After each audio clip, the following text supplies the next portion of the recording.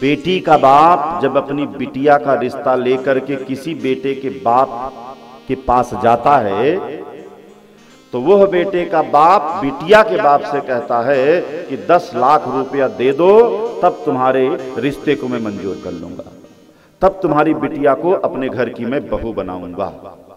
अब मैं आपसे पूछ रहा हूं,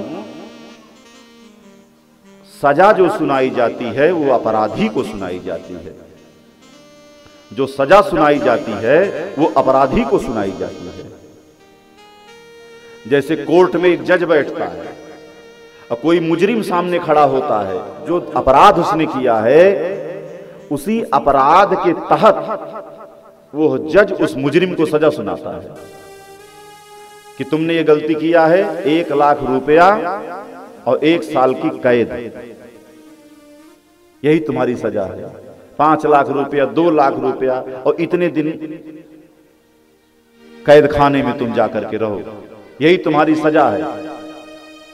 तो सजा तो अपराधी को सुनाई जाती है, तो भला बताओ बिटिया का बाप अपराधी कैसे हो गया? उसका अपराध क्या है?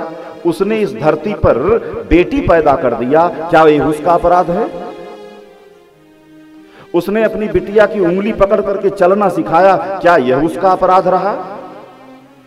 उसने अपनी बिटिया को स्कूल पढ़ने के लिए भेजा, क्या उसका यह अपराध था? उसने अपनी बिटिया को एक आदर्श गृहिणी बना दिया, क्या यह उसका अपराध था?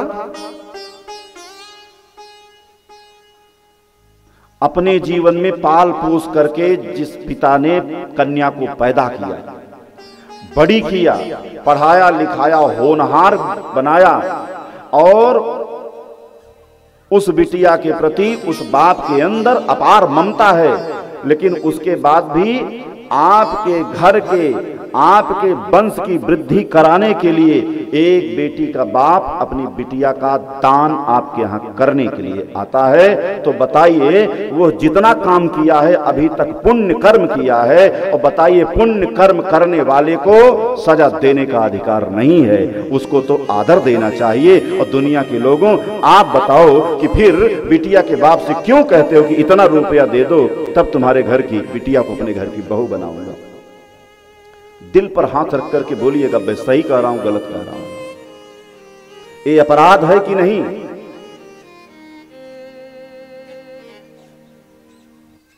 दहेज एक सामाजिक हिंसा है।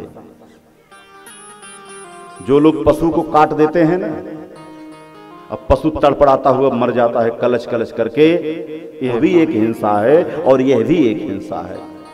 अगर आप राम के भक्त हैं, अगर आप कृष्ण के भक्त हैं, अगर आप भागवत की कथा के सच्चे अनुरागी हैं, तो एक संकल्प लीजिए कि चाहे जो भी हो जाए, सूर्य चंद्रमा अपनी गति को बदल देंगे, लेकिन एक मनुष्य होने के नाते मैं संकल्प करता हूं कि अपने बेटे के विवाह में दहेज के लिए जबान नहीं खोलूंगा।